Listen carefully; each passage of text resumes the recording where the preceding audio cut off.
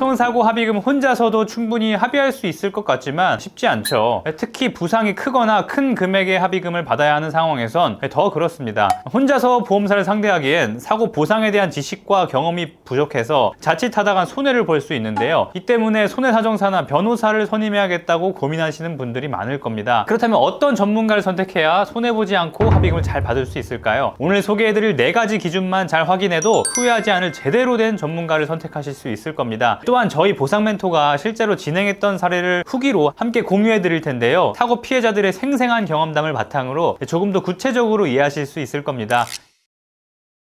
이거 합의를 어떻게 봐야 되지? 네. 내가 어느 수준으로 받아야 되는 거지? 이런 고민도 하셨을 텐데 그때 당시 상담도 많이 받아보셨죠? 네.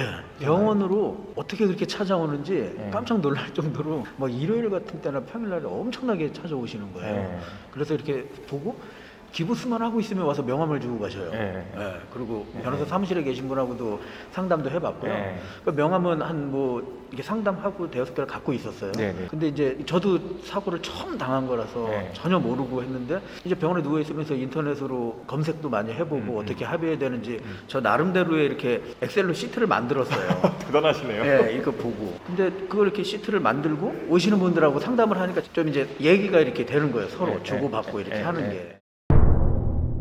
네, 여러분 교통사고 합의를 어떻게 해야 할지 고민이 되신다면 먼저 충분히 검색을 해보고 상담을 받아보시는 게 좋습니다. 이렇게 하면 전문가와 상담할 때 그 사람이 얼마나 전문성을 갖고 있는지 판단하는 데 도움이 되실 거예요. 또한 여러 전문가와 상담을 받아보는 것도 좋은 방법이거든요. 여러 사람이 비슷한 조언을 할 수도 있겠지만 그 중에서도 좀 더 확실한 해답을 주는 사람을 선택하시면 됩니다. 그리고 여러분과 의사소통이 잘 되는 것도 중요해요. 교통사고 합의는 시간이 꽤 걸리는 과정이기 때문에 전문가와의 원활한 소통이 무엇보다도 중요하거든요. 여러분과 잘 맞는 전문가를 찾아야 끝까지 신뢰를 유지하면서 최상의 결과를 얻을 수 있어요. 그렇게 하는데 저도 이게 딱히 여기랑 해야지 이런 게 별로 없었어요. 그냥 예. 다들 똑같은 말씀만 하시고 예. 느낌에 왠지 그냥 이걸 빨리 끝내야지, 빨리 처리해 줘야지 이제 본인도 상대방 합의를 빨리 해야 보수를 빨리 받으니까 그런 느낌이 자꾸 들었어요. 그리고 별로 유쾌한 기분은 아니시겠네요. 그래가지고 나는 지금 의사가 얘기할 때 이거 되게 오래 가고 1년 있다가 또 재수술도 해야 되고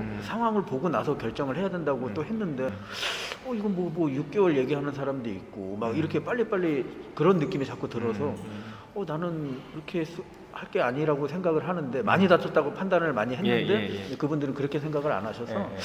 고민을 하고 있던 찰나에 이제 저희를 만나신 건가요? 네, 병원에서 퇴원을 하고 이제 집에 와서 통원치를 받으면서 이제 인터넷을 좀 검색을 했는데 카페가 이렇게 있어서 가입을 했어요. 네. 그리고 이제 상담 요청을 했더니 바로 이제 그렇죠. 이사님이 그래서 전화가 그때, 오신 거예요. 맞아요. 그때 그 동탄의 한 스타벅스에서 네, 맞아요. 사모님과 같이 네. 그때 뵀었죠. 네.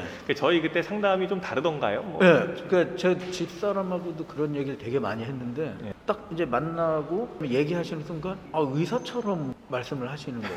굉장히 전문적이고 정말 경험이 많고 이런 의학적인 지식이나 이런 것도 굉장히 많이 알고 계신 분이구나 라고 딱 하고 제가 의사한테 들은 얘기도 있고 예. 굉장히 디테일하게 알고 계시고 상세하게 일을 처리할 수 있을 것 같다라는 일단 믿음이 제일 많이 생겼고요. 내 사건에 대해서 전문적인 의학 지식을 갖추고 시간이 오래 걸리더라도 확실히 내 편에서 업무를 진행할 수 있는 그런 전문가인지 확인을 하셔야 돼요. 특히 골절이나 인대 파열로 다친 경우엔 후유장애가 남은 만큼 손해를 산정해야 되기 때문에 몰라서 못 받는 합의금이 있을 수 있어요. 여러분은 사고로 인해 다친 만큼 보상받는 한 푼 한 푼이 소중하거든요. 하지만 간혹 사건을 빨리 끝내려고만 하거나 그런 사람들도 있거든요. 이런 태도를 가진 사람들은 반드시 주의하셔야 됩니다.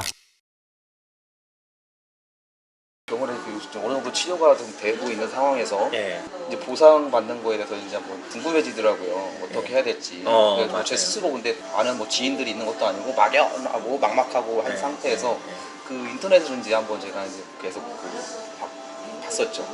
블로그도 보고 이렇게 봤는데 우연치 않게 그 카페에 돼 있는 게 있더라고요.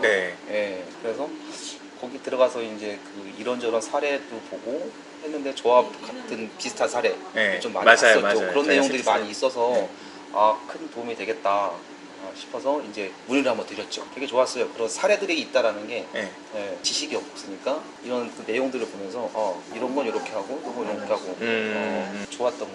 손해사정사, 변호사랑 상담을 하실 때 여러분의 사고에 대해서 구체적으로 사례를 들어서 설명할 수 있는지를 확인하셔야 돼요. 단순히 이렇게 하면 된다는 식으로 얼버무리는 게 아니고요. 실제 자료를 보여주면서 명확히 설명을 해줄 수 있어야겠죠. 또한 여러분과 비슷한 사고를 처리한 경험이 많고 성공적으로 보상을 이끌어낸 그런 사례가 있는 전문가를 선택하셔야 됩니다. 이런 경험이 많을수록 여러분이 보상을 잘 받을 확률이 올라가겠죠. 근데 이제 너무 놀라운 게 그 가해자 보험회사에서 이제 100% 과실이 인정이 됐기 때문에 그 가해자 보험회사에서 이제 보상하는 걸로 이제 그것만 생각을 했는데 이 보상 멘토님이 제가 가지고 있는 모든 보험 다 알아보셔가지고 받을 수 있는 모든 보험 관계 일을 다 이렇게 알아보셔가지고 보상을 받도록 그렇게 해주신 게 너무너무 감사하고 기대하지 않았던 부분을 너무 이렇게 보상을 잘 받을 수 있도록 해주셔서 너무 감사하고 저는 진짜 신경 안 쓰고 이렇게 보상을 받도록 해주셔서 너무 감사하죠.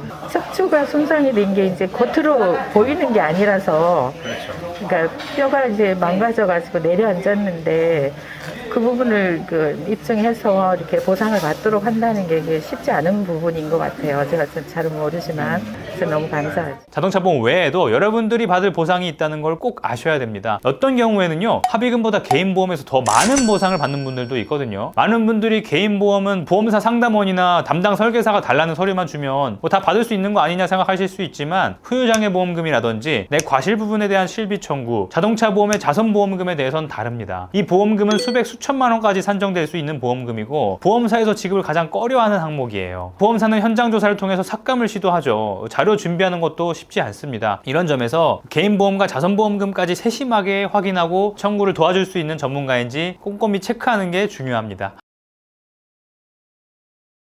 제가 몰랐던 보다 일단 뭐 금액적인 것도 그렇고 네. 일단 생각지도 못했던 것부터 해가지고 지금 이거를 하면서 네. 지금 마지막에 2007년도 사고건에 대한 것도 진행을 해주셨잖아요. 맞아요.